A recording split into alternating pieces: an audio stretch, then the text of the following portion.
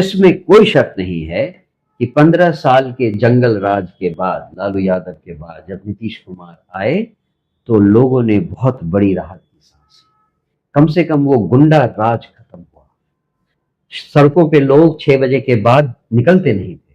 कब किसी को गोली मिल जाए शाम में 6 बजे शाम के बाद। किसी माँ बहन की इज्जत का कुछ पता नहीं था कि कब क्या हो जाए। इस हालत में नीतीश कुमार का आना, it was a big relief.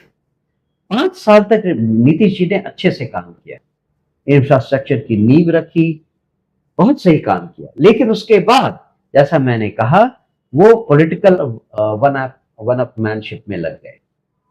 उनको अपने पॉलिटिकल लाइफ का पता नहीं रहा। वो पीएम बनने चले थे, वो सीएम भी बनते बनते चूकने वाले थे।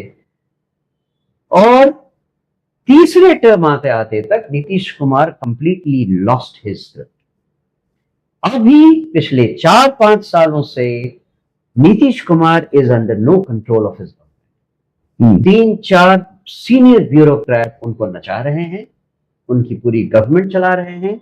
आजकल वहां अफसरशाही का जंगल राज चल रहा है। सर, अगर आप कह रहे हो हम किसी दफ्तर में ज्वाइन नहीं होता, तो डू यू रियली थिंक कि जब आपकी पार्टी आए इस बारी, तो क्या वो चेंज कर पाएगी इस थॉट प्रोसेस को? क्योंकि वो लोग तो काफी टाइम से अंदर बैठे हुए हैं। बिहार में at least, I will not go into other states in India. Bihar में एनालाइज करें, करप्शन को अगर रोकना हो या कम करना हो तो पता करें कि शुरुआत कहां से करें। ठीक है, मुझे लगता है बिहार में करप्शन की शुरुआत इन विधायक और मंत्रियों के दिमाग से होती है। कैसे? हर चुनाव में जब कोई उम्मीदवार लड़ता है तो केवल लड़ने के लिए या जीतने के लिए उसे 7 से 10 करोड़ रुपए लगते हैं बिहार में। इस बार मान लीजिए कोई जीता, हो सकता है वो 1-2 और भी इलेक्शन लड़ा था और हारा, उसमें भी उसने 5-7 करोड़ लगाए, हार गया। इस बार अगर जीता तो उसके दिमाग में पहला थॉट क्या है? सारा कवर करूंगा। 30 करोड़ में माइनस में, कैसे उसको कवर किया जाए? अगर उसकी सरकार बनी तो उसी में से कोई मंत्री बनेगा, उस मंत्री के दिमाग में भी यही बात होगी, कैसे वो 30 करोड़ पहले वापस लिए जाए। और अगर ले सकते हैं तो अगले चुनाव में पक्का रहेगा। जनसुराज ने क्या किया?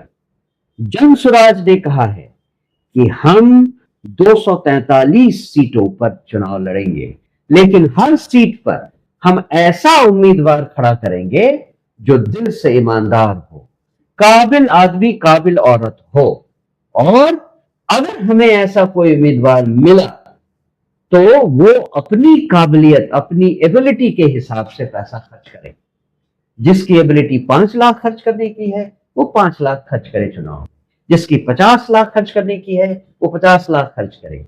बाकी उस काबिल, ईमानदार, दिल वाले आदमी को जिताने की जिम्मेवारी जनसुराज पार्टी लेती।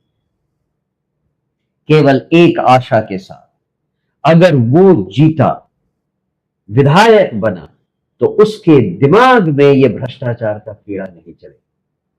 अगर हमारी सरकार बनी तो हमारे सरकार में जो मंत्री हैं उनके दिमाग में वो बोझ नहीं रहे कि हमको 30 करोड़ रुपए वापस लाने। सर, इसको हम कैसे कंट्रोल करने के